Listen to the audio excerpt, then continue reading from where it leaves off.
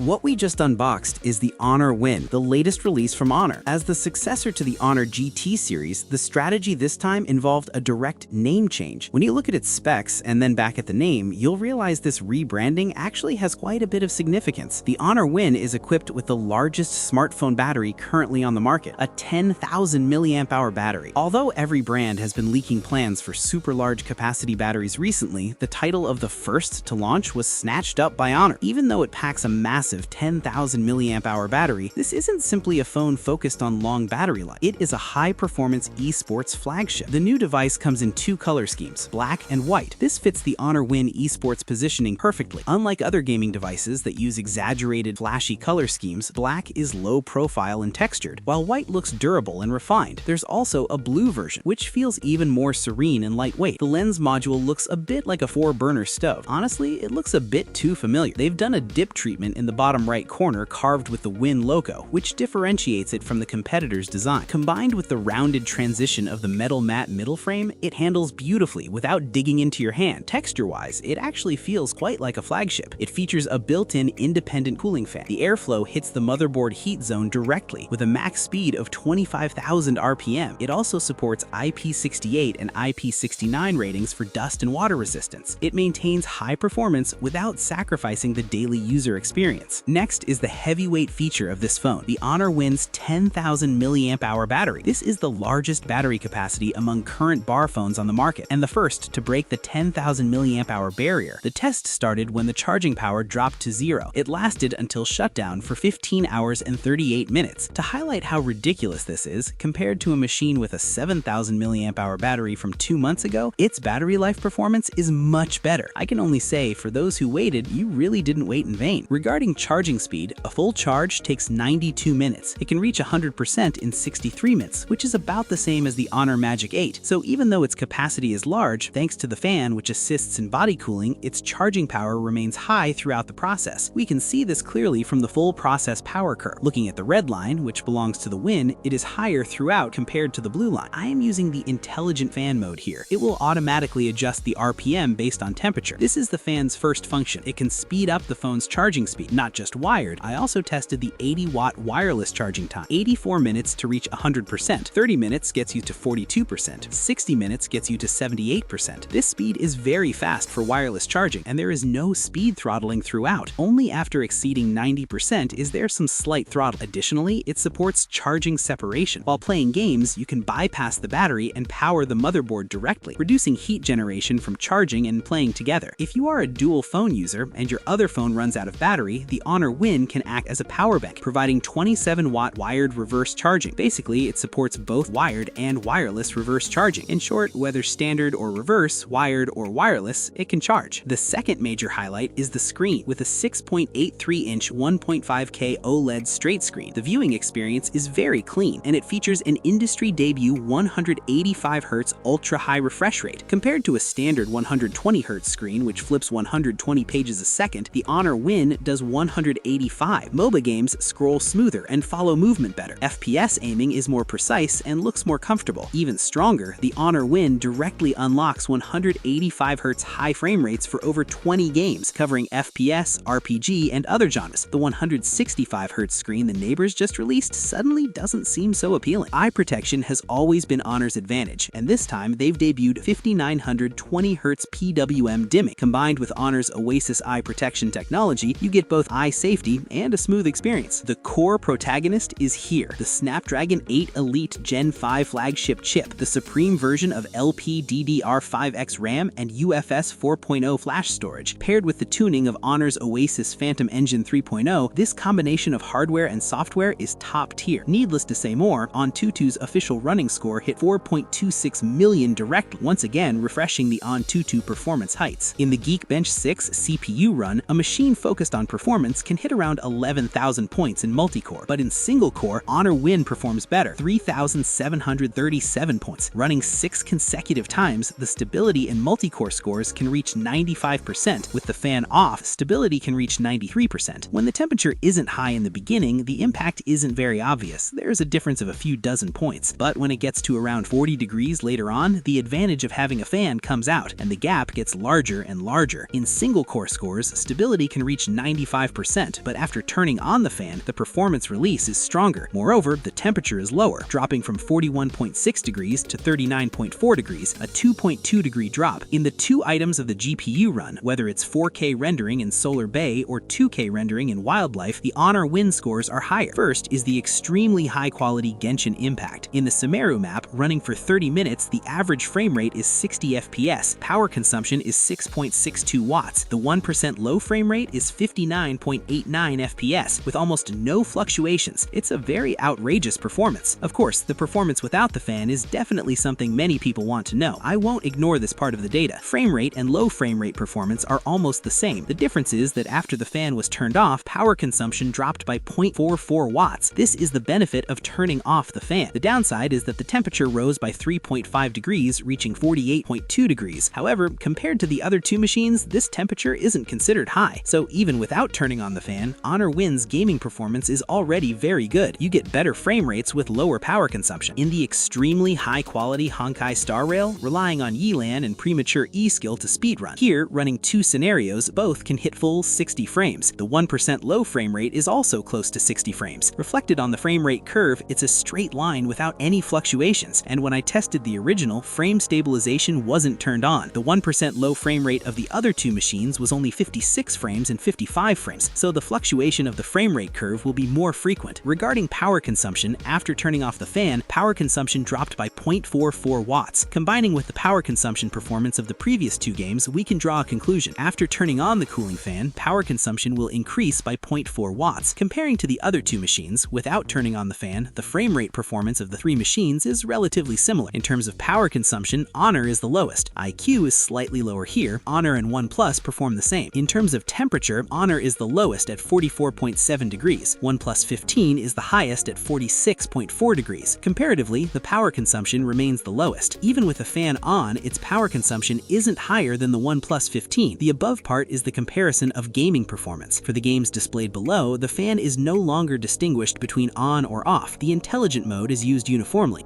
Finally, let me list the games that support native 185 and native 165 FPS for everyone. Games like Crossfire Mobile, Kart Rider, My World all support native 185 FPS. Speed Drifters, League of Legends, Three Kingdoms support native 165 FPS, but Three Kingdoms needs to wait for later adaptation. Strong performance, long battery life? Does that mean it compromises somewhere else? Although it's an esports phone, the thing we care about most in daily use is the camera. The Honor Win still keeps up with the main pack, a 50 megapixel main camera and telephoto lens, plus a 12 megapixel ultra-wide-angle lens.